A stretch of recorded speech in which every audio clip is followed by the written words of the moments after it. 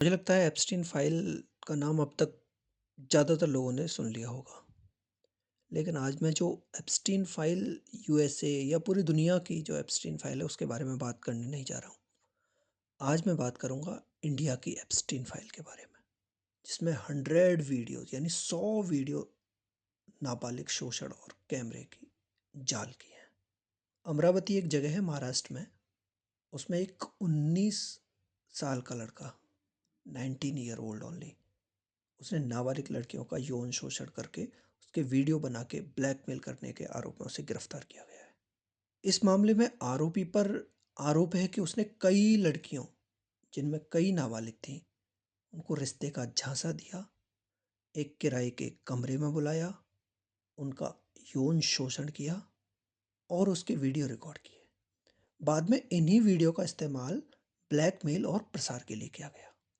Police की अगर माने तो अब तक कम से कम 100 से ज़्यादा वीडियो रिकॉर्ड किए जाने की बात सामने आई है। इन वीडियो को अन्य लोगों तक भी फैलाया गया, जिसके चलते इस केस में कुल 4 लोगों की गिरफ्तारी हो चुकी है और 2 अन्य संदिग्धों की अभी तलाश जारी है। ये जो पूरा मामला है, इसकी जांच के लिए हालांकि 47 सदस्यीय विशेष जांच दल, जिसे हम एसआईटी बोलते हैं, उसका गठन किया गया है और अब तक 8 पीड़िताएं ऐसी हैं जिनकी पहचान हो चुकी है। पुलिस उनके परिवार से संपर्क कर बयान दर्ज कर रही है और अपनी कानूनी कार्रवाई कर रही है। लेकिन इस केस में एक और चौंकाने वाला पहलू सामने आया है कि आरोपियों के बीच लड़कियों को फंसाने के लिए शर्त लगाई जाती थी। तो इससे ये पता लग रहा है कि ये अपराध एक व्यक्तिगत नहीं है, एक विकृत मानसिकता और एक समूह व्यवहार का संकेत है। भारत में ऐसे मामलों का दायरा व्यापक होता जा रहा है। अगर रिपोर्ट्स की बात करें तो एनसीआरबी 2022 की रिपोर्ट के अनुसार देश में हर दिन औसतन 90 से अधिक बलात्कार के मामले दर्ज होते हैं और ये तो सिर्फ दर्ज होते हैं।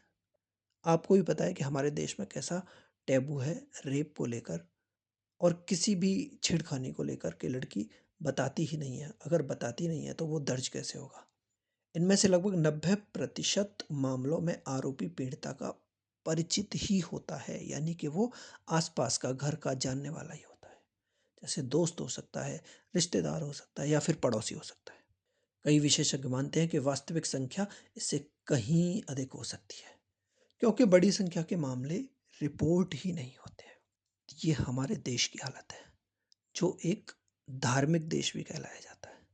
धर्म को विकृत रूप दे दिया गया है अपने यहाँ पर। आचार्य प्रशांत का जो एपी फ्रेमवर्क है, जिसमें उन्होंने अपनी फिलॉसफी दी है, उसके दृष्टिकोण से अगर हम देखें तो ये घटना एक अपराध की खबर है, लेकिन इसे सिर्फ खबर की तरह पढ़कर आगे बढ़ जाना अहंकार की सबसे पुरानी चाल है। गुस्सा करो, दोषी को कोसो और खुद को निर्दोष मान लो।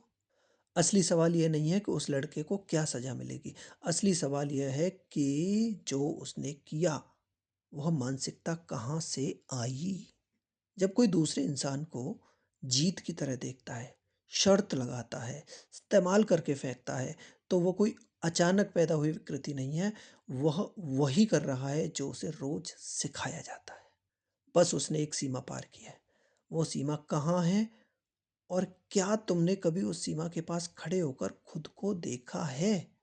अहंकार जब दूसरे को वस्तु मानने लगता है, तब शोषण की जमीन तैयार होती है। अपराध की तीव्रता अलग हो सकती है, लेकिन ढांचा एक है। यही देखना करुणा है, सिर्फ पीड़िता के लिए सहानुभूति नहीं, पूरी दुनिया की एक एक लड़की और एक एक मनुष्य, एक एक व्यक्ति के लिए करुणा होना जरूरी है।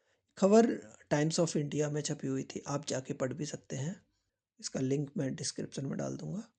तो आए दिन हम देख रहे हैं कि क्या हो रहा है हमारे आसपास। ये मानसिक विकृति इतनी बढ़ती जा रही है और ये कुछ नहीं है। आप गीता में भी पढ़ते हैं कि एक अहंकार का ही रूप है। ये अहंकार ही है जो आपस में शर्त लगाता है, जो बढ़ने की एक तड़प होती है उसके अंदर, और वो तड़प जो मुक्ति की तड़प है, वो संसार की तरफ भागती है। तो इस तरह के कृत्य होते हैं। तो अगर समाज को थोड़ा सा ठीक करना है, बचाना है, तो हमको अपने धर्म ग्रंथ जैसे श्रीमद् भगवत गीता है, उसको पूरी तरह से समझना होगा, जो कि आचार्य प्रशांत बहुत अच्छी तरह से इसको समझाने का काम कर रहे हैं और उन्होंने लाखों जिंदगियों को परिवर्तित किया है।